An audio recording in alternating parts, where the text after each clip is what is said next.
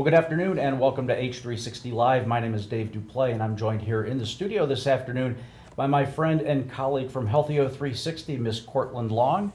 Courtland, it's so good to see you today. Oh, it's good to see you, Dave. Now, how about this weather we're having? It's up, it's down, it's going to get really cold this weekend, I believe. Yeah, cold and windy. I can't handle the wind. Yeah, now did you happen to watch the Super Bowl? I did. Great game. Yeah, very interesting game. So you have a sister who lives in Denver. Yeah. Right? And I got to believe she was just beside herself watching the Broncos and the phenomenal job that they did in Super Bowl 50. She was. Actually, I made the mistake of calling her in the middle of the game. And what were you thinking? Huh? I know, right? You call somebody in the middle of the Super Bowl when they're in Denver? Yeah, well, I wanted to say hi. Okay. She yelled at me. She checked girl talk or what? Yeah, and then she's like, "Why are you calling me?" Yeah, well, it was good to see Peyton Manning. He really brought his A game, and you know, there's something to be said for experience in the Super Bowl. He really came to play, and that Denver defense really took Cam Newton out of his game, and now it goes down in the history books. Well, the Broncos were strong right out of the box. Yeah, absolutely. Well, we have a great show for you this afternoon. We have Doctor Sophie coming in the studio. She's a plastic surgeon, and we're going to be talking today with her about reconstructive breast surgery after a mastectomy. And there's so much to learn here. There's options which I didn't know about, and so we're going to get to that here in a minute. But Courtland, as always, we've got our health tips that we want to talk about. And these health tips today are a continuation of last week. Yes, these health tips are really important for anyone who made a New Year's resolution or just wants to be a little healthier in general, and they're kind of struggling with that weight loss and their fitness goals. And so to recap, our tips last week were develop a fitness plan that works for you, keep it simple and stick to the basics, and also challenge yourself. So to continue with those, our first tip today is to modify if you have to. So exercises like burpees and push-ups and even bear crawls, they're meant to be challenging, but not meant to be impossible. So if you find that you can't do the exercise exactly how it was designed, feel free to modify if you need to. And a certain modification for something like push-ups would be to do it on your knees. Now, good form is really key to getting the most out of your exercise. Now, Courtland, I thought you got the Slurpee at 7-Eleven. Well, you could get a Slurpee at 7-Eleven, but you might want to do a couple burpees after. Oh, first the Slurpee and then the burpee. Yeah. I really like this modify if you have to. I go to spin, and a couple of the instructors that are really good will say, before the class, if you're dealing with an injury, modify it. Some of the instructors really, go high intensity, others go speed, but they're quick to tell you that we're going to follow along here and we've got this class, but if you can't keep up, modify your program appropriately. I really like that health tip. I think it's a good one. Modify if you have to. Yeah, it's a great one. Everyone's at different stages of their fitness journey, so if you're in a class and you need to go a little slower, there's no shame in that. Yeah, the next one is to plan social outings around exercise, and I really like this one too. We've talked about this a couple of times. Remember we had the one, get your group on? Yeah. So, doing things in a group, whether it's exercise or, your social events. I think this one's important, especially we're coming to the point of the year now in February where our New Year's resolutions seem to fall off the cliff. Yes, they do. And if you plan around social, you got your friends there and you're kind of encouraging each other, show up at the gym, we're going to exercise, this is our time. We can exercise and do good for our body, and we can catch up on all the things that we need to catch up on as friends. So I really like this one as well. Yeah, that's a great tip. I think it's great to have your friends there to help keep you accountable. They can watch you and tell you what's good about your form and what needs to be improved. But it is a balance. If you notice that having your friends at the gym with you is being distracting and you're not getting a whole lot of work done, then maybe it's time to, go solo for a little while or switch out the friends. Yeah, I hear you talking around the office. You do a lot of different types of workouts. You spin, you run, you do CrossFit. And, from what I hear, you have different friends for different activities. And so I think that's great. And you've planned around your social events. You're in the gym, you're getting your exercise, and you're catching up with your friends. Great move. Thank you. Yeah. So tip number 3 is to make it a habit. Now, this is something that's going to take time, of course, but if you incorporate your friends into this, like we've discussed, that time is going to fly by. So be sure to let your friends and your family know about your fitness goals, and they can help keep you motivated along the way. The other thing I like is, you and I both carry smartphones. Yeah. And so when the days that I spin in the morning, I'll put that in my phone, so it's part of my schedule, right? And so I'm not only making it a habit, but I'm working it into my schedule. My phone goes off, 20 minutes before spin class. I know I better be on my way to the gym, just about walking in the door when that goes off. So, I really incorporate that, not only, making it a habit, but I work it right into my schedule. Yeah, and your Apple Watch gives you little rewards. And I love to collect those. Well, here's the thing. I don't wear mine as much as you wear yours, and I don't get these rewards. And I'm a little envious when I see yours go off and you get the little trophy going there. So I'm going to make it a point to wear my Apple Watch a little more, and we'll see what happens. Make it a habit. Make it a habit, absolutely. So let's review one more time before we move to the video about this. So make it a habit, right? Yes, then modify if you have to. Modify if you have to, and plan your exercise around social events. All great tips. We hope you enjoyed it. If you did, hashtag real stories. We want to hear from you. But Courtland, what we have time to do now? Watch in the field. We have to watch in the field because our interns go out and we talk to our friendly New Yorkers about our health tips. So I'm really anxious to see if they're making it a habit, if they're modifying if they have to, and if they're exercising around social. So, and we always get the New York characters. So you want to watch? Oh, yes. Okay, guys, roll the tape.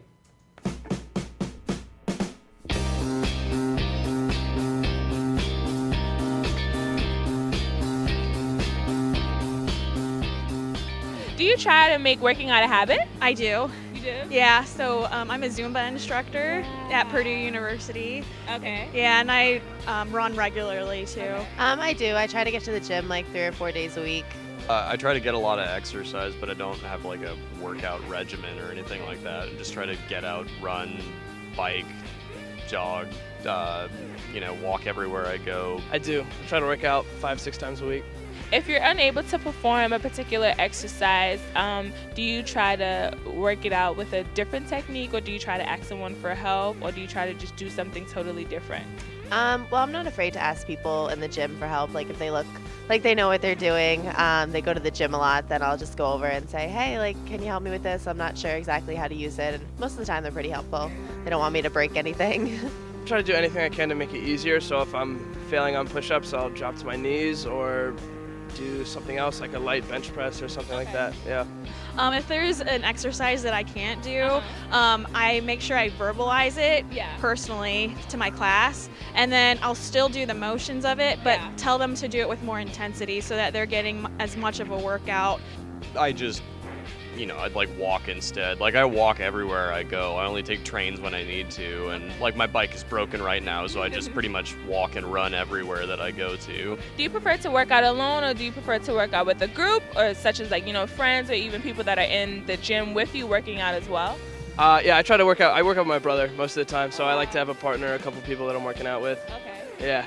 I like to work out alone just because like if I'm having an off day and I don't want to stay too long, I don't feel like pressured to stay because I went with someone else. So I like to go alone. Usually by myself, just because I'm getting from one place to another. It's not just like running to run or biking to bike or walking to walk. It's like I'm going somewhere, so mostly it's by myself, It depends on the type of activity that I like doing. I prefer group fitness more so than working out by myself, but if I'm doing strength training, I'll work out with at least one other partner who knows a little bit more, because I don't do weights very often, and so I need somebody with a little more knowledge to help me out.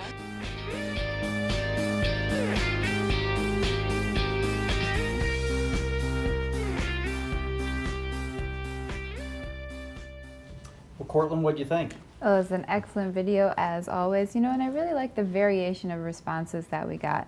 I think one girl, she didn't really like working out with friends. It was sort of more solo activity. And then the other young gentleman, he works out with his brother, so that's great. Yeah, it was a mix. I do see people in the gym working out by themselves quite often, and I guess it really depends on, what your workout style is and what you're doing, if you're lifting or, if you're on the treadmill or, if you're going to some kind of class. So I think it varies. Yeah, and you don't even have to work out in the gym only. There was the one guy who walking is his main form of exercise. Well, you remember last week the woman that said she runs at about 10 o'clock at night? Yeah. Not probably the best thing to be doing this time of the year No. because of the ice, so you got to be really careful. when you decide to go out and take a walk or take a run outside. But as always, our interns did a great job, and our New York friends didn't disappoint. I think they were all over their health tips, and for the most part, I think New Yorkers are pretty healthy. We walk a lot, we get a lot of exercise, so all in all, I think it was a great video. Yes, it was. Well, now, Courtland, our favorite time of the show, Dr. Sophie is in the studio with us, and we have so much to talk about, but first I want to talk about a couple of statistics around breast cancer, because these numbers are huge, kind of a good news, bad news story here. So let me jump right in. You know, the American Cancer Society estimates that there's going to be about 250,000 new cases of invasive breast cancer diagnosed in women in 2016. Breast cancer is the most common cancer among women, except for skin cancer. And at this time, there are more than 2.8 million breast cancer survivors in the U.S. So a lot of diagnosis. The good news is there's a lot of survivors, and I gotta hope that it's early detection. You know, self-exams are really, really important. So I'm hoping that plays into these numbers. We're gonna talk to Dr. Sophie about that. So, Doctor, it's so good to see you. Thank you so much. Thank you for having me, and thank you for hosting this very important conversation. Yeah, you know, my sister-in-law is a breast cancer survivor, and it's really the story behind Healthy h360 that inspired me to build this company. And so I have a personal affiliation with this condition, and we've got a lot to go through. So let's just jump right in, Courtland. Yes, Dr. Sophie, again, thank you so much. And as you said, this is a really important discussion that we're having today. We have a lot of women on our site who are living with breast cancer, about to undergo a mastectomy, or have already had them. So I guess, can we just start quickly with you just explaining what exactly is a mastectomy? Sure, absolutely. So mastectomy is a surgical procedure. It's an operation that removes the entire breast gland. Most of the time, most of the skin is left behind, but the nipple is usually removed as well, because the ducts come through the nipple, and that's where most cancers come from, is the ducts. So the mastectomy involves removing the whole breast tissue under the skin above the muscle, and this is different than a lumpectomy, which only removes the tumor and a surrounding rim of tissue.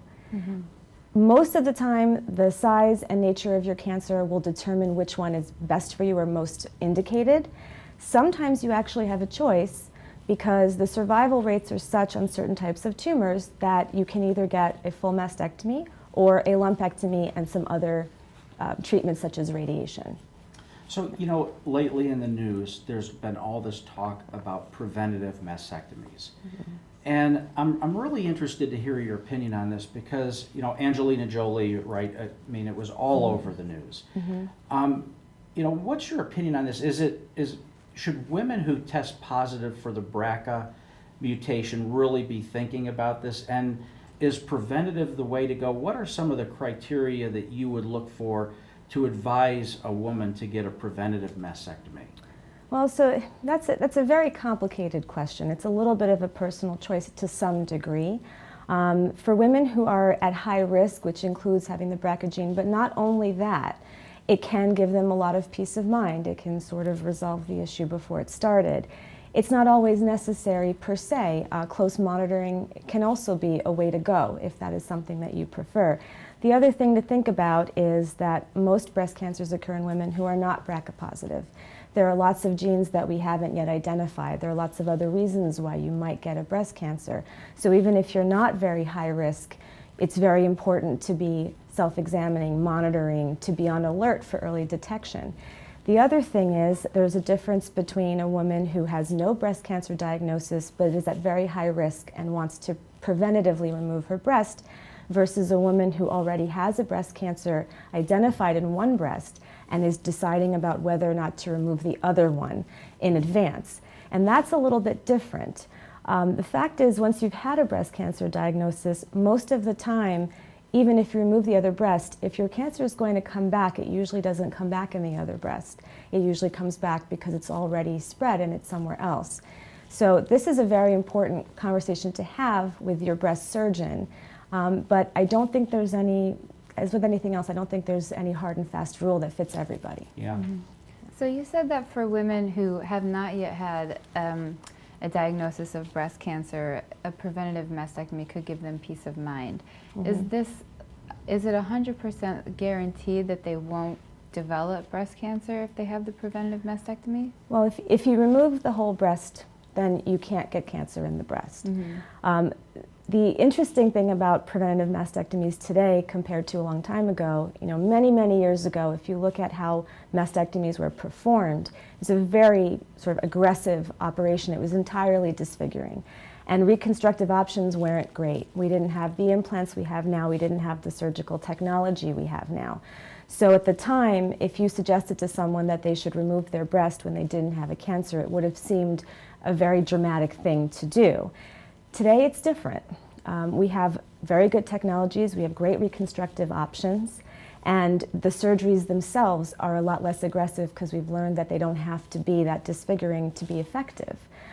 The other thing about today is, unfortunately, there are many more women who have breast cancer, there are many more young women who have breast cancer, and putting all that together, there's a much higher percentage of women who would undergo a prophylactic mastectomy because the reconstructive options make that more acceptable, even if you're younger. So I'm interested because you said some of the mastectomies in the past were really disfiguring. Right. So, and you're a board certified plastic surgeon, so you're on the back end of somebody who's living through this journey of breast cancer who decides that they want reconstructive surgery. Are you brought in on the front end? Are you involved in the conversation with the breast surgeon prior to the mastectomy, understanding and educating the woman about her options and what's to come, so that when she gets to the point where it's time for the mastectomy, you're already in the loop, you know what's happened, you're familiar with the surgery, and you pick up the case from there. Are you in on the front end most of the time? So it actually varies quite a bit. There are many cases where the breast surgeon will refer the patient to me before the surgery happens, and we'll go through all of the options that are reasonable for that patient. And very often the patient has a choice because more than one thing could work for her. In that case, I would be involved on the front end, and I'd be there during the surgery, and most of the time the reconstruction involves the first stage at the same time as the mastectomy. And then we go through the whole journey together. There are other times where a patient either didn't want reconstruction initially or wasn't even offered it. Unfortunately, a lot of women are not offered it at the very beginning, and they might end up coming to me after the fact, 6 months, 10 years later, and say, I just don't feel whole, I want to get a reconstruction, I didn't realize I had options. So that happens as well. So you've mentioned that there's a few different options that women can have for reconstructive surgery. Can you walk us through what some of these options are? Absolutely. So in general, there's two categories. There's an implant, and then there's what we call autologous tissue, or your own tissue. Implants, we have saline, we have silicone. Most of the time they get placed under the muscle, which is under the skin, and they fill in that volume. The other option is to use your own tissue. And most of the time the tissue that we use is from the belly, from the abdomen. It's the skin and fat on the abdomen, and that gets elevated and moved into the breast pocket. So those are basically the two categories of reconstruction. Most reconstructive surgeons can offer either or both. Some prefer one or the other, but very often, depending on the patient, it's really up to them which way they'd like to go. Everything has its pluses and minuses. And what about the recovery process in all of this? Is it the same recovery time? And and what are some of the risk factors, I guess, that one would have to consider when choosing either of these options? So it's a trade-off. So with the implant, at the very beginning, the benefit is the operation is shorter, the recovery is less extensive. You don't have additional scars like on the abdomen. You don't have additional pain associated with that. However, it's still an implant, so you have the possibility of it getting infected, of it shifting, of scar tissue forming around it, things like that. The other hand, you have the flap, which is your own tissue. It tends to look and feel more natural. It's a great option if you have enough tissue to symmetrize yourself, or basically match the other side. If you're only doing one side, you can get an extremely natural result where you barely even know the difference in clothing. The problem with the flap, with the trade-off with the flap, is that it's a longer operation. It takes more time, it's a much longer recovery. Usually you're in the hospital for several days, you have additional scars, and these are all things that you have to decide which way would you rather do it. And then the last part is, an implant, most of the time, at some point in the woman's life, she'll switch it out for one reason or another, even if it hasn't failed. With the flap, it endures. There's less maintenance in the long run. So it's a trade-off. So you've mentioned that some women will come to you, 6 months later or 10 years later even, and they say they don't feel whole. And we've heard from many of our members that they can struggle sometimes with their sense of identity. A lot of women consider their breasts to be their sense of femininity. So what can women do to help with this issue of identity in the meantime, while they're waiting for their reconstructive surgery, or if they're unable to have a reconstruction? So I think that's a very key point. And as we talked about, this is a journey, and it's very stressful and it's very confusing. And it requires a tremendous amount of support, physically, mentally, medically, in a lot of ways. Unfortunately, a lot of women don't have all the support they need. So that's something that you can't necessarily replace, but it's something that the woman herself could address, figure out how to do in her own life. For some women, their breasts are a huge part of their identity, and they represent being a woman. They represent nursing their children and being in their family. And even if you don't have something in that breast pocket to fill that void, for lack of a better word, there are prostheses. There are breasts with very well-made, custom-made prostheses, so you can wear those and sort of in clothes you can still feel like you look like yourself. There's a lot of things you can do to that end. That being said, there are women for whom the breast part is actually not a priority. They don't feel that they've lost much of themselves with that, and it's the other things. It's the other treatments that might make them too weak to do the things they're used to. I can't go for a run, and I've always been a runner, and that's how I feel like me. Or I can't play my favorite musical instrument because I'm having some side effects from one of my medications, or I'm just too stressed to go out the way I used to. So I think the key in this whole journey is to know yourself and figure out what makes you feel like you, because feeling whole is very subjective, and you have to focus on what you can do to get back to that, and that's very therapeutic. So touching back on this area of support, there are in-person support groups, there's our site where you can get virtual social therapy, but how often are women referred to a psychiatrist or a psychologist to get, full mental support? That's a great question, and unfortunately, in my experience, I think that's not the norm. There are some women who have a pre-existing psychiatric diagnosis, or maybe they've had a history of depression, and they might already have a psychiatrist or a therapist in their life, but it has not been my experience that as a whole and as a practice, we as a community treating these patients automatically direct them to get some extra emotional and psychiatric support. And they really need it. I feel that's one place where we could all sort of improve. And I feel like if the systems were in place to make that more accessible, I think a lot of these women would use them and would really benefit from them.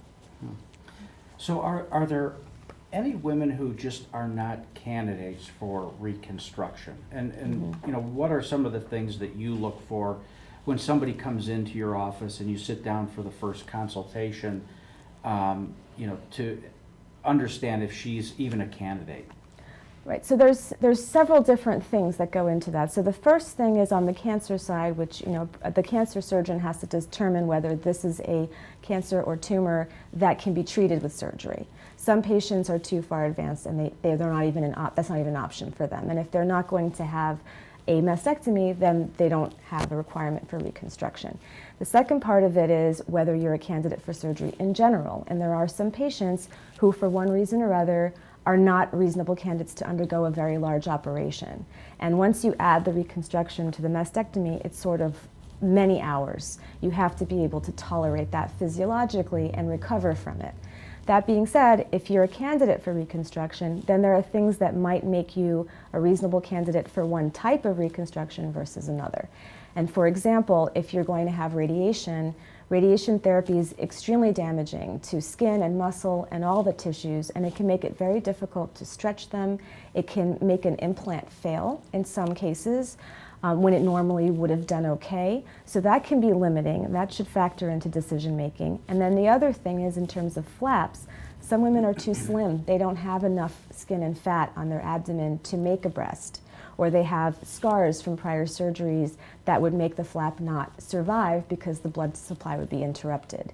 So there's a lot of discussion involved before you even get to the operating room, and generally the recommendations can be made and the conversation should be complete before you get there so that your plan is laid out. Sure, sure.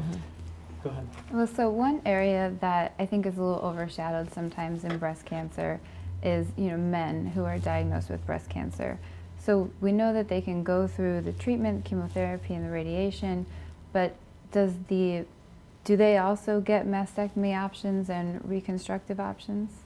So that's actually a very interesting area for discussion. So male breast cancer occurs in about 1 in 1,000 men in their lifetime.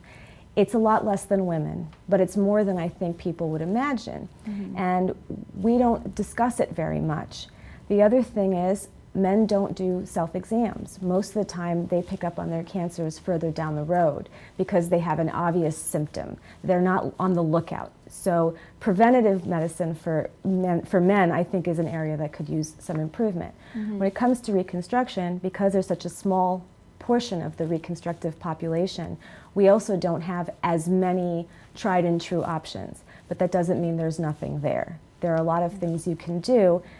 Most men, that's the other thing, might not necessarily seek out reconstruction. They're usually older when it happens, and they have less, in general, of an attachment to the breast as their identity. And they're not as likely to feel comfortable asking to be reconstructed, even though they should be entitled to have that option.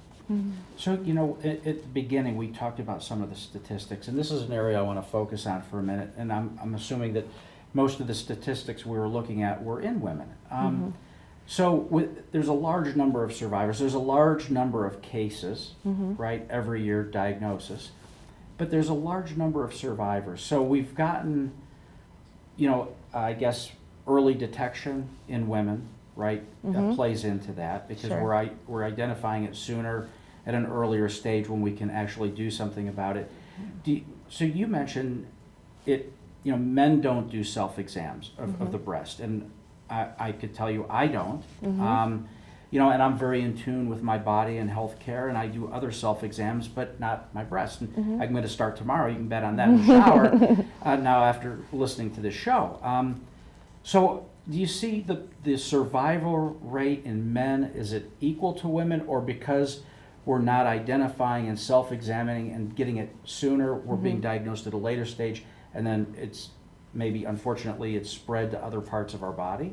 Well, in general, if you pick up on something further down the road, you're less successful at treating it. Yeah. That being said, in men it's also picked up later. So if you have a woman who's in her 40s, number one, most likely it's aggressive, because in younger women, unfortunately, the tumors tend to be more aggressive. But also she has a much longer lifespan in which this can become a long-term final problem for her. So the men are usually older, but they are usually at a more advanced stage. So it is definitely harder to treat for them. That being said, going back to the self-exam, men don't usually self-exam. The interesting thing with that is women try to, a lot of them, but most of them don't even really know what that means. And the question is, if you put a whole bunch of women in a room and you said, do you know how to perform a thorough self-exam? Do you know what you're feeling for? Do you know what it's supposed to feel like? Would you know if something changed? Do you know how far the breast goes in this direction? They probably wouldn't be able to tell you. So that's the other thing. It's not just getting more people to exam, it's also teaching them how to do it so that it's effective. Yeah. So you make a good point. You said before the show that the breast actually extends up into the armpit. And so you're right, probably not a lot of women, when they're doing a self-exam, are going up that far to examine and feeling for that. So, where can somebody go? Obviously there's a lack of training and education, right? And are most women, is it their OBGYN that's, trying to educate them on these self-exams, or, how should we be thinking about this, and how should we, think about education going forward? So there's unfortunately there's not a lot of standardization in this area. I think most women use their OBGYN as their primary care doctor, and an OBGYN will do a routine breast exam. Most of the time though, they'll do the exam, but they won't, while they're doing it, demonstrate it to the patient so she can reproduce it at home.